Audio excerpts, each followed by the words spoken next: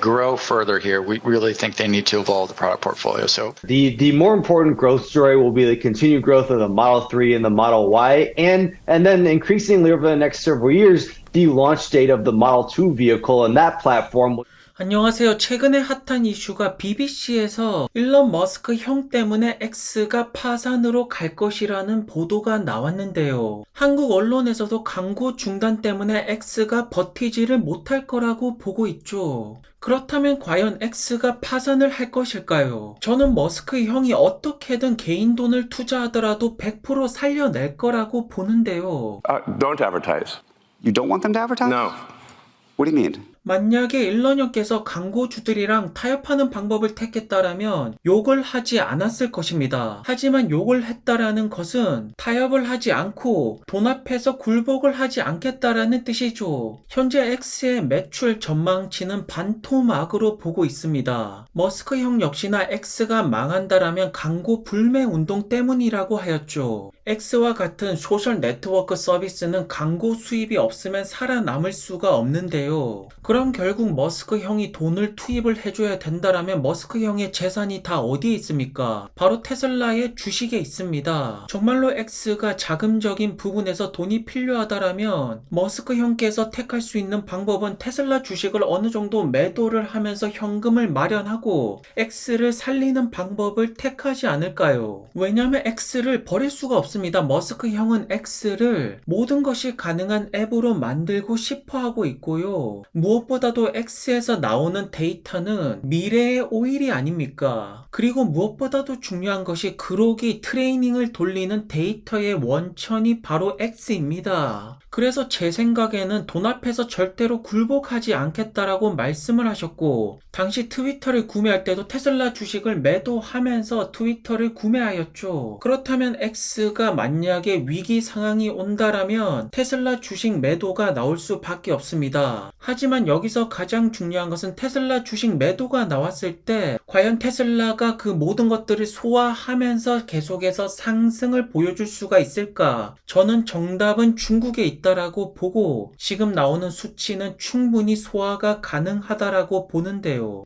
11월달 판매 대수가 발표가 되고 있는데 중국 내수 시장과 수출을 포함해서 4월달부터 계속해서 상승 차트가 나오고 있습니다. 결국 이러한 모습이 4분기 숫자가 잘 나올 거라고 예측이 되는 점인데요. 10월 대비 14% 상승을 하면서 82,400대 판매를 보여줬죠. 하지만 한국 언론에서는 비판적으로 보고 있는데요. YOY 기준으로 18% 감소를 했다라고 테슬라 걱정이 많다라고 보도를 하고 있죠. 하지만 조금 더 자세히 살펴보시면 11월달 같은 경우에는 작년에 가장 많은 판매 대수가 나왔던 월이 11월달입니다. 하지만 테슬라의 판매 대수는 조금씩 회복세를 보여주고 있고요. 무엇보다도 주목해야 될 것은 중국 내수 시장이 아니겠습니까? 41주 차부터 49주 차까지 중국에서의 판매량이 가파르게 올라가는 모습이 보이지 않습니까? 이러한 숫자들이 테슬라의 매도 물량이 나오더라도 충분히 소화시켜 줄 수가 있는 그러한 숫자가 아닐까라고 봅니다.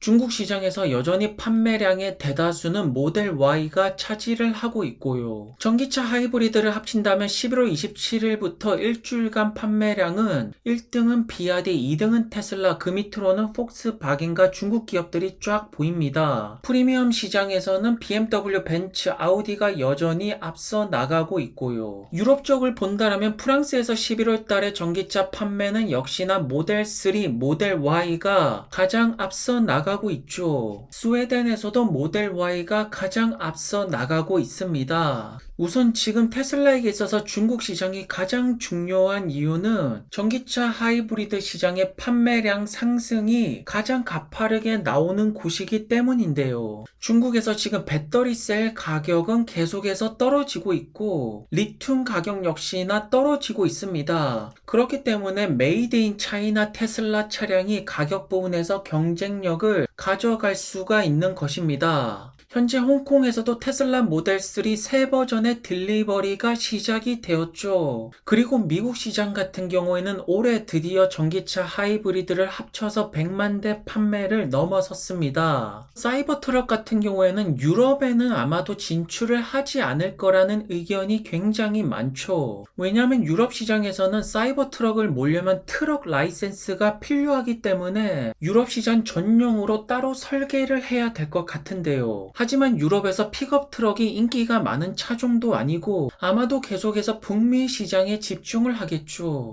그리고 픽업 트럭의 대명사 F150 이용자들이 가장 많이 사용하는 곳이 쇼핑과 에런드라고 하죠. 생각보다 견인하고 이런 거에 사용하는 것이 아니라 대부분이 마트에 장 보러 갈 때 픽업 트럭을 가장 많이 사용한다라는 것인데요. 어떻게 보면 사이버 트럭이 SUV 느낌도 나면서 미국에서 장 보러 갈 때도 굉장히 인기가 많을 것 같습니다. 왜냐면 여전히 포드에서도 전기차 판매 가장 잘 나오는 것은 픽업 트럭이고 북미 시장 최고의 인기 차종 중에 하나가 아니겠습니까? 2013년도에 일론 형께서는 픽업 트럭을 만들고 싶다라고 하셨고 10년이 지난 지금 꿈을 이루어냈습니다. 결국 계속해서 모델 3Y의 판매량이 받쳐주고 사이버 트럭이 내년부터 본격적인 딜리버리가 시작이 된다라면 일론 형께서 X를 살리기 위해서 테슬라 주식에 매도가 나오더라도 충분히 그 물량을 소화할 수 있다라고 봅니다. 그리고 XAI의 소프트웨어를 통해서 테슬라 차량은 더욱더 전자 제품으로 변할 것이고요.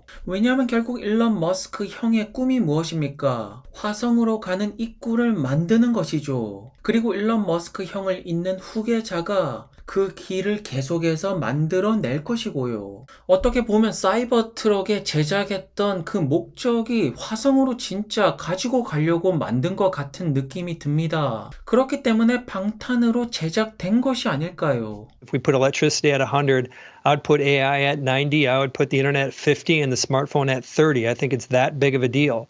I think that we're going to see a blowout, a bubble in the next 3 to 5 years around AI that's going to impact the entire market. That's going to 그리고 지금 가장 중요한 것은 무엇보다도 AI입니다. 그렇기 때문에 FSD 12 버전 우리가 계속해서 주목할 필요가 있는 것이겠죠. 결국 테슬라의 신경망이 상황에 맞춰서 판단을 내리는 것인데 여기서 점점 발전되는 모습이 나온다라면 AI 테마의 수많은 자금들은 테슬라로 몰려들 거라고 봅니다. 지금 시장에서도 상방으로 보시는 분들 대부분이 AI를 말씀하고 계시죠. 결국 돈이 몰려드는 곳이 AI이고 테슬라가 AI에서 가장 중요하게 보여지는 부분이 바로 FSD가 아닙니까? 그렇기 때문에 FSD가 반드시 발전하는 모습이 소비자들에게 각인이 돼야 된다. 그렇게만 된다라면 어떠한 물량도 충분히 소화가 가능하다라는 점이 테슬라의 가장 매력도가 높은 투자 포인트가 아닐까요?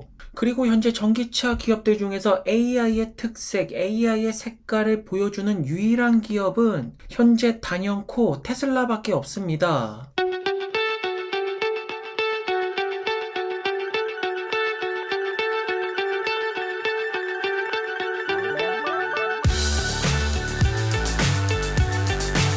By far the best in the world at entertainment, music, and software. It's so dominant in software that our B League, we have 5 products, any one of those products would be the most important, most valuable startup in Germany, by far.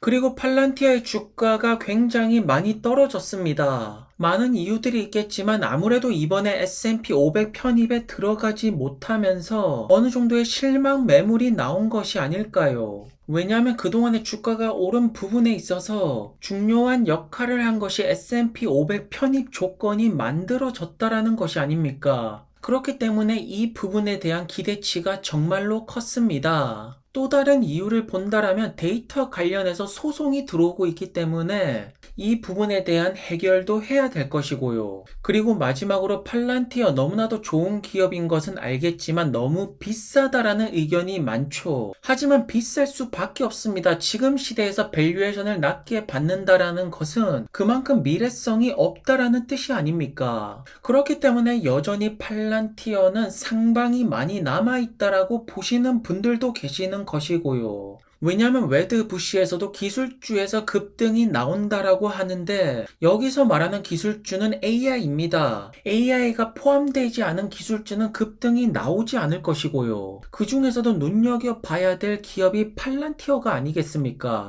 그럼 내년에 AI 테마에 제대로 된 상승이 나온다라면 팔란티어 역시나 S&P 500 편입으로 다시 한번 더 노려볼 수가 있을 것이고 또 다른 큰 퀀텀 점프가 이루어지지 않겠습니까? 팔란티어의 리얼리티 믹스 제품을 보시면 글라스 착용하면 3D로 화면이 보입니다. 현재 팔란티어의 기술력은 계속해서 발전을 하고 있고요. S&P 500 편입에 한번 실패한 것은 다음 큰 도약을 위한 준비가 아닐까라고 봅니다. 오늘도 좋은 하루 되시고요. 행복하시기를 바라겠고요. 구독과 좋아요도 부탁드리겠습니다. 그럼 감사합니다.